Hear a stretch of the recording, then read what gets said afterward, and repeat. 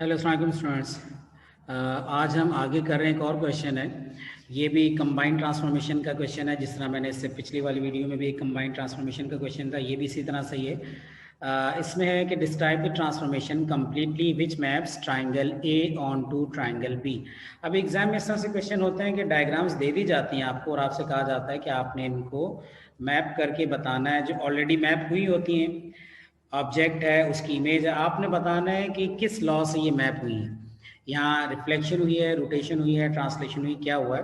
तो अगर हम यहाँ पे देखें तो सीधी सीधे में नज़र आ रहा है कि ए और बी तो बिल्कुल इसके अंदर ये साइज में चेंज नहीं आ रहा है। ए और बी का एग्जैक्ट साइज है। तो अब ये तीन पॉसिबिलिटीज़ हैं इसके अंदर से।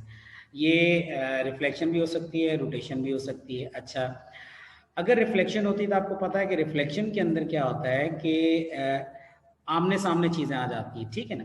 बिल्कुल इस तरह से कि आप अगर बीच में एक पॉइंट ड्रॉ करो तो वो वहाँ पे उसका एक्सेस ऑफ रिफ्लेक्शन या मिरर लाइन बन जाती है। तो यहाँ पे ऐसा कुछ भी नहीं है, हमें बीच में कोई ऐसी नहीं है कि हम ये कहें कि पेज को हम फ्लिप करें तो ए की डायग्राम बी पे चली जाए। तो ऐसा रिफ्लेक्शन से भी पॉसिबल नहीं है, ठीक है। अब पीछे चीज़ रह जाती है आपके पास, रोटेशन या ट्रांसलेशन। तो रोटेशन के अंदर जो हमारे सिलेबस में है वो 90 डिग्री है।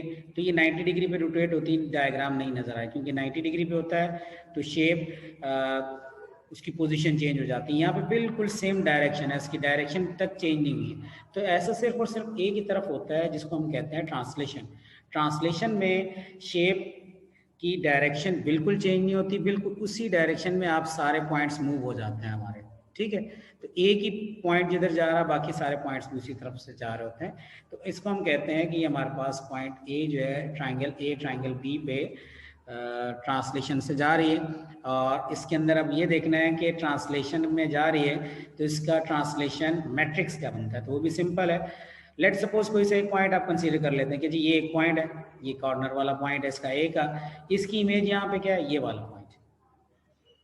सो यहाँ से यहाँ जाने के लिए कितने हॉरिजॉन्टल मूवमेंट इसने की और कितनी वर्टिकल मूवमेंट की, तो आप वर्बली देख सकते हैं। यहाँ से +1 यूनिट, +1 का मतलब है कि ये पॉजिटिव डायरेक्शन में आगे की तरफ जा रहा है, आगे की तरफ मूव कर रहा है। तो horizontal movement +1 unit and again +2 unit.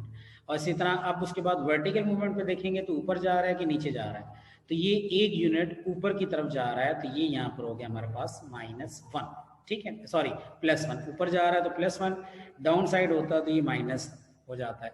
तो यहाँ पे इसका अगर हम देखें वर्टिकल मूवमेंट है +1 और हॉरिजॉन्टल मूवमेंट है +2, तो हम यहाँ सीधे सीधे लिख देंगे कि ये आपके पास ट्रांसलेशन है। इसी का अगर मैं डायरेक्ट यहाँ पे आंसर दूँ तो ये है ट्रांसलेशन है। आप अपनी वर्डिंग के अंदर इसको लिख दो, ये ट्रांसलेशन है। और ट्रांसलेशन का कॉलम वेक्टर आता है 2 and 1, सिंपल, ठीक है। अगर एग्जाम में आ जाता है तो आपने खाली ये नहीं लिखना ट्रांसलेशन है, बल्कि ट्रांसलेशन को आगे डिस्क्राइब भी करना है कि उसके ट्रांसलेशन मैट्रिक्स क्या है। या अगर रोटेशन है तो रोटेशन का सेंटर रोटेशन क्या है और कौन सी वाली रोटेशन है, क्लॉकवाइज है कि एंटी क्लॉकवाइज है, ठीक है। सिमिलरली है जी बी पार्ट।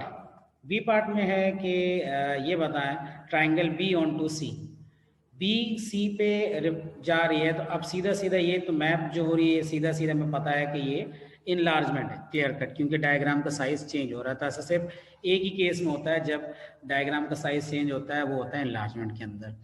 अच्छा, अब अगर ये साइज चेंज हो रहा है इसके अंदर तो इसमें हमें ये देखना है कि इनलार्जमेंट की कंडीशंस क्या है, मीन सेंटर ऑफ इनलार्जमेंट क्या है, और उसके अलावा भी देखेंगे कि स्केल फैक्टर क्या है। तो उसको देखने के लिए हमें पता है कि आप इसके कॉरस्पॉन्डिंग पॉइंट्स को आपस में ज्वाइन करते हैं। अच्छा, कॉरस्पॉन्डिंग पॉइंट्स को अगर आपस में ज्वाइन करते हैं तो क्या हो जाएगा, ये देखें ज़रा। कॉरस्पॉन्डिंग पॉइंट्स को ज्वाइन करेंगे, लेट सपोज कि जी अब ये देखें, ये ऊपर नीचे की तरफ डायग्राम हो रही है, ठीक है ना। तो हम यहाँ पे कहेंगे कि एक तो ये वाला आपके पास पॉइंट है, इसके कॉरस्पॉन्डिंग पॉइंट क्या है, इसके कॉरस्पॉन्डिंग पॉइंट बिल्कुल एग्जैक्टली ये वाला है, ठीक है। अच्छा, ये पॉइंट आपके पास नीचे, इसका कॉरस्पॉन्डिंग यहाँ पर ऊपर है, ये ऐसे कर रहे हैं।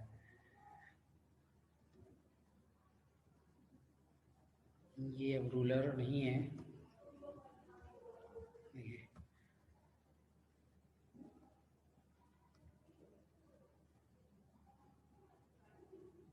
यहाँ से, ठीक है। ये पिछला पॉइंट जो था वो इधर था, राइट। अच्छा, दो लाइनें अगर एक ही पॉइंट से गुजरती हैं, जब भी आप कॉरस्पॉन्डिंग पॉइंट्स को आपस में ज्वाइन करते हो, तो कोई से दो पॉइंट्स आप ज्वाइन करोगे, वो जिस पॉइंट से गुजर रहे होते हैं, दोनों पॉइंट्स एक ही पॉइंट से गुजर रहे होते हैं, जिस तरह ये यहाँ से गुजर रहे हैं, तो वही आपका सेंटर ऑफ एनलार्जमेंट है। इसको फर्दर अपने पास सॉलिड करने के लिए आप थर्ड पॉइंट्स जो होते हैं, जो थर्ड पॉइंट्स हैं कॉरस्पॉन्डिंग पॉइंट्स, उनको आपस में ज्वाइन कर दो, तो आप देखो कि वो भी यहीं से ही गुजरेंगे। 2 इनफ होते हैं, लेकिन अगर 3 पॉइंट्स को ज्वाइन कर लें तो ये ज़्यादा बेटर, आपको अगर कोई डाउट है तो वो भी क्लियर हो जाता है इसमें।